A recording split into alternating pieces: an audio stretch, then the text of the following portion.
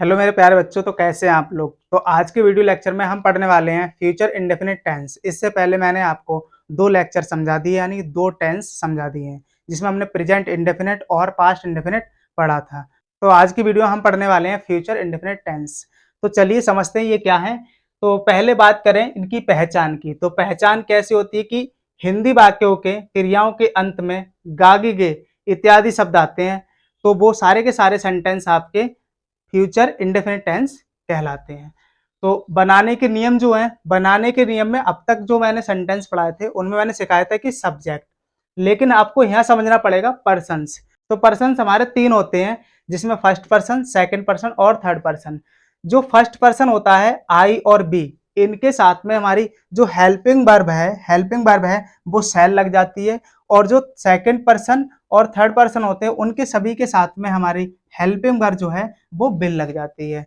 तो इसके आधार पे पहले हम समझते हैं अफर्मेटिव सेंटेंस। जैसे तीन टाइप के सेंटेंस होते हैं, अफर्मेटिव, नेगेटिव और इंटरोगेटिव। तो पहला टाइप है आपका अफर्मेटिव सेंटेंस। तो इसका बनाने का रूल क्या होता है कि सबसे पहले आप सब्जेक्ट लगाते हैं प्लस विल या शैल प्लस वर्ब की फर्स्ट फॉर्म प्लस ऑब्जेक्ट। इस तरह से ये बनेंगे। जैसे एक एग्जांपल समझते हैं, वह घर जाएगा। तो ये कैसे बनेगा, तो वह की आ जाएगी ही और यहाँ पे हेल्पिंग वर्ब आएगी विल, क्योंकि ये जो ही है ये थर्ड पर्सन है, इसलिए यहाँ पे क्या आ जाएगी, विल आ जाएगी।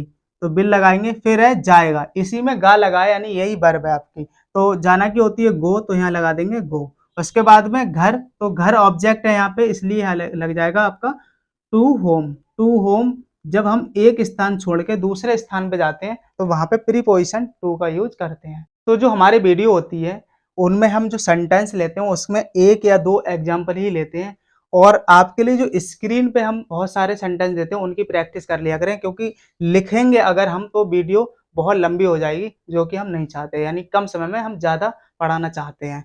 तो चलिए इसी तरह समझते हैं हम नेगेटिव सेंटेंस। इसी के नेगेटिव कैसे होते हैं कि सब्जेक्ट लगाओ, उसके बाद में विल या शैल, उसके बाद में नॉट प्लस वर्ब की फर्स्ट फॉर्म प्लस ऑब्जेक्ट। अब इसके आधार पे हम एक एग्जांपल समझते हैं। जैसे आप लड़ाई नहीं करोगे, तो इसकी इंग्लिश हो जाएगी, सबसे पहले सब्जेक्ट लगाएंगे, यानी आपकी इंग्लिश होगी यू। आपकी इंग्लिश क्या हो जाएगी, यू हो जाएगी। तो यहाँ पे यू लगा लेंगे। उसके बाद में आएगी, इसमें ये सेकंड पर्सन है, यहाँ पे देख सकते हैं आप, तो यहाँ पे विल लगेगी। तो हेल्पिंग वर्ब यहाँ पे क्या लगने वाली है, विल लगने वाली है। उसके बाद में लगेगी नॉट, तो यहाँ पे यानी नहीं की नॉट लग जाएगी। उसके बाद में लड़ाई करना, लड़ाई करना पूरी वर्ब होती है, इसलिए यहाँ पे आ जाएगी फाइट। लड़ाई करना की क्या इंग्लिश होती है, फाइट होती है। और ये सेंटेंस आपका बन चुका है। तो इसी तरह समझते हैं हम इंटेरोगेटिव सेंटेंस। इंटेरोगेटिव जो सेंटेंस होते हैं वो दो टाइप से बनते हैं। एक होता है यस नो टाइप, और एक होता है आपका क्वेश्चन वर्ड वाला। जो यस और नो टाइप के सेंटेंस होते हैं वो सिर्फ कंफर्म करने वाले होते हैं, यानी कि वो सेंटेंस जो इंग्लिश बनेगी उनकी, वो आपकी हेल्पिंग वर्ब से शुरू होंगे, और हिंदी में क्या पहले होगा या फिर लास्ट में होगा।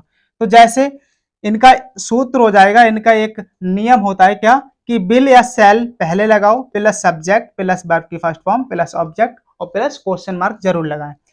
तो इसका एग्जांपल है, क्या आज हम मिलेंगे। क्या आज हम मिलेंगे, तो इसमें क्या पहले आ गया, यानी कंफर्म करने वाली बात है, इसलिए इसमें सबसे पहले हम क्या लगाएंगे, जो हम है, हम हमारा होता है फर्स्ट पर्सन। यहाँ पे फर्स्ट पर्सन में आता है हम, यानी कि बी जो है वो हम की है, तो यहाँ पे इसलिए यहाँ पे आएगा हेल्पिंग वर्ब शैल।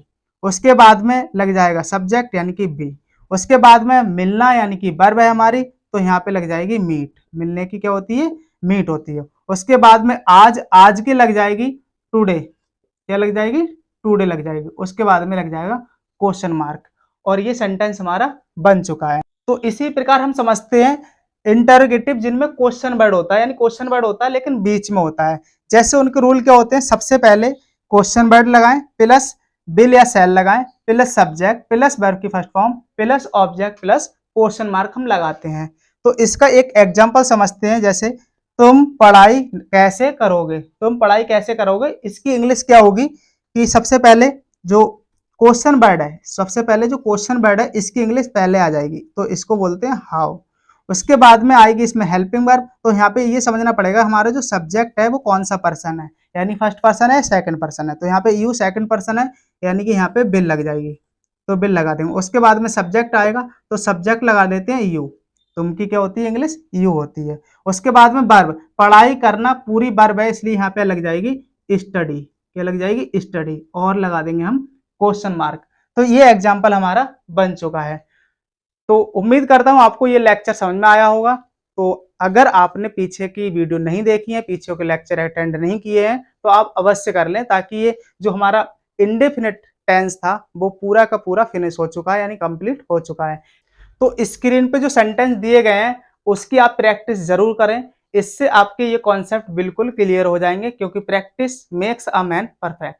तो चलिए मिलते हैं नए वीडियो में। Thank you for watching.